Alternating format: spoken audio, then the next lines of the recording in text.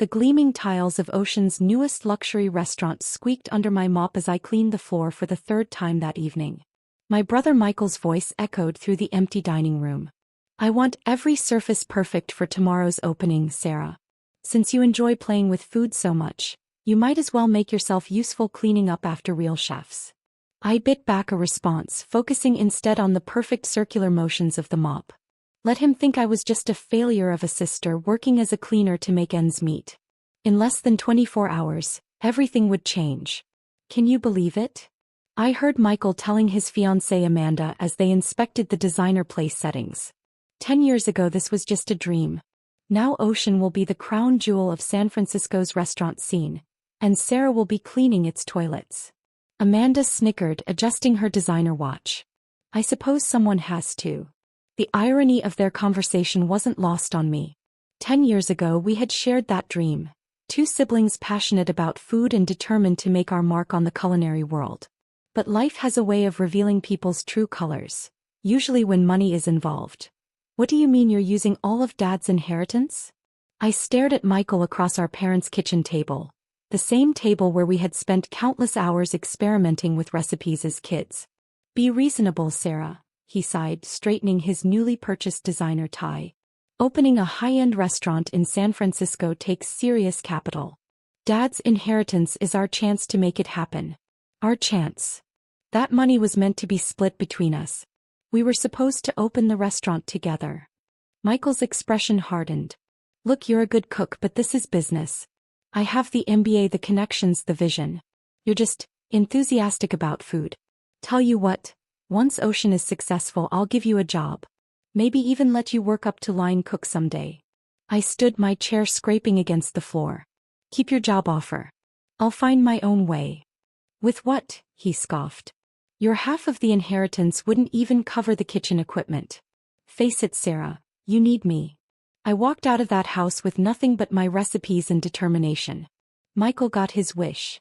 The entire inheritance, our parents' house, and sole ownership of what should have been our shared dream. Sarah. Michael's sharp voice yanked me back to the present. The VIP bathroom still needs cleaning. The investors will be here in 2 hours for the pre-opening party. I pushed my cleaning cart toward the bathroom, passing the wall of framed restaurant reviews, all celebrating Michael's innovative vision and culinary genius. If only they knew that every signature dish on Ocean's menu had originated in our parents' kitchen, created by the sister he now had cleaning toilets. But Michael had forgotten 3 important things about me.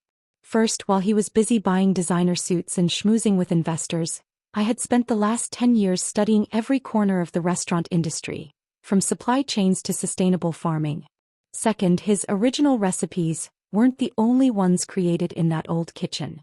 And third, he hadn't bothered to read this month's Forbes magazine, about to cause quite a stir at his opening party.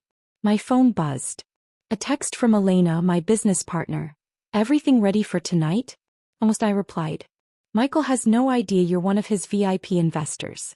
Elena, the CEO of Verde Ventures, had been instrumental in turning my small farm-to-table concept into a revolutionary restaurant empire. While Michael had been building one luxury restaurant, I had been quietly creating a sustainable food distribution network that now supplied half of California's top restaurants. The only catch? I'd done it all under my mother's maiden name. As far as the culinary world knew, Sarah Chin was the mysterious founder of Terra Restaurants and Farm Fresh Networks, not Sarah Anderson, Michael's failure of a sister. Another buzz. Elena again. Forbes article is already online. Your brother's investors should be seeing it any minute. I smiled, thinking of the magazine's cover story. The future of food, how Sarah Chin built a billion-dollar sustainable restaurant empire. The article detailed how my company had revolutionized farm-to-table dining, keeping prices accessible to average families. The complete opposite of Michael's overpriced, pretentious concept. Sarah. Michael's voice cut through my thoughts again. Stop daydreaming and get changed. The guests will be arriving soon. I need you to serve drinks. I changed out of my cleaner's uniform into the simple black dress required for servers. From the kitchen window, I watched San Francisco's elite arrive. Michael worked the room like a conductor, proudly showing off his imported marble floors and crystal chandeliers. The menu features my own original creations, I heard him say to a group of investors. Family recipes, you might say. Family recipes indeed. I checked my watch. Almost time. Elena would be arriving with the other investors soon, and with her the truth. The door chimed as another group entered. I straightened my server's apron, picked up a tray of champagne, and prepared to watch 10 years of arrogance come crashing down. The champagne bubbles mirrored the nervous energy in my stomach as I circulated through Ocean's pre-opening party. Michael was in his element, holding court near the demonstration kitchen where his executive chef was preparing his signature dish. My grandmother's deconstructed bouillabaisse, he explained proudly. The very dish that had won me my first cooking competition at 16. The secret, Michael told the investors, is in the saffron rouille, a family recipe passed down through generations. I bit back a smile. I remembered the dozens of attempts it had taken me to perfect that sauce in our parents' kitchen while Michael was away at business school. Back then he dismissed it as too traditional. Now it was his claim to fame. Fascinating, a familiar voice cut through the crowd. I'd love to hear more about your family's culinary heritage. Elena Chin had arrived. Michael's face lit up as he recognized one of San Francisco's most prominent restaurant investors. Miss Chin, we're honored to have you here. I had no idea you were interested in Ocean. Oh, I'm very interested in family restaurants, Elena replied, accepting a champagne glass from my tray without even glancing at me. Her smile was sharp. Especially ones with, shall we say, interesting interpretations of family recipes. Before Michael could respond, a murmur rippled through the crowd. Thumbs tapped, screens lit up with notifications. The Forbes article had just gone live. Oh my God. Amanda gasped. Look at this. The future of food. How Sarah Chin built a billion-dollar sustainable restaurant empire. Michael frowned. Chin? Any relation? He asked Elena.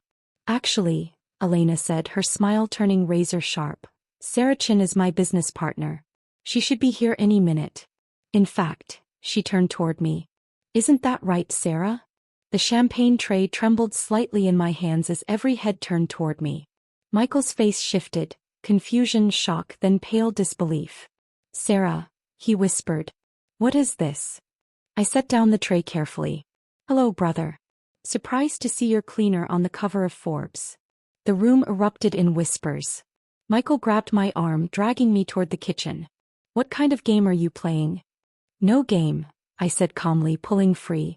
While you were busy stealing our parents' inheritance and my recipes, I was building something real. Something sustainable. Your recipes? He scoffed, but fear flickered in his eyes. I created everything on Ocean's menu.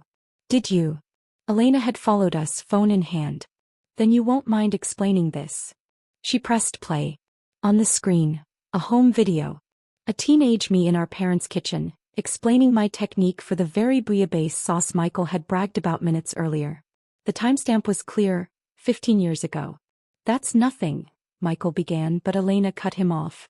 We have dozens of these videos. Every signature dish on your menu, created by Sarah years before you claimed them as your own. Not to mention the journal where you copied her recipes while she was busy building Terra restaurants. Michael's face flushed purple. You can't prove. Actually, I interrupted, we can. While you were taking credit for my work, I was documenting everything. Every recipe, every technique, every family story. That's what made Terra successful. Authenticity. The kitchen doors burst open. Amanda rushed in, her designer dress wrinkled in panic. Michael. Everyone's leaving. The investors, they're all talking about some farm-to-table empire and stolen recipes. I almost felt sorry for them. Almost. Your sister, Elena explained coolly, has revolutionized the restaurant industry. Terra sources directly from local farms, pays living wages and makes high-quality food accessible to everyone. While Ocean, she gestured around at the opulent dining room. Well, overpriced stolen recipes aren't very innovative. I can explain. Michael pleaded, but through the kitchen windows we could see his investors already heading for the exits, phones pressed to their ears. Don't bother, I said quietly. The truth was always going to come out, Michael. I just made sure I was ready when it did. Ready for what? He demanded. To buy Ocean, Elena answered. Terra Restaurants is expanding, And this location would make a perfect flagship, after some remodeling. Michael's legs buckled. He sank onto a prep station. You planned this? All of it. The cleaning job, the serving. I wanted to see if you'd changed, I admitted. If the brother who once dreamed with me of making good food accessible was still in there. But you're still the same Michael, the one who stole our inheritance and my recipes. What do you want? He whispered.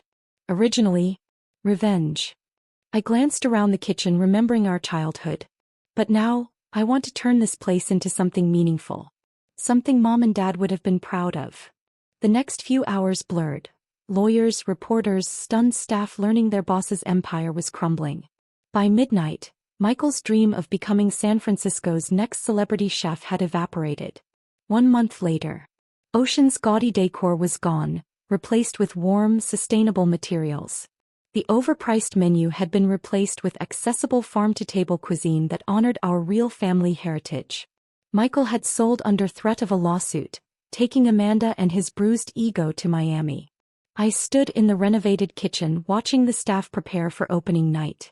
Where Michael's stolen accolades had once hung, photos of our local farming partners now lined the walls, alongside the true stories behind our recipes. Ready? Elena asked, joining me at the pass. I lifted a familiar bowl, my grandmother's Rui sauce, presented simply but perfectly. You know what the real secret ingredient was? I asked. Saffron. Elena teased. Love, I smiled. Not for fame or money, but for the joy of feeding people well.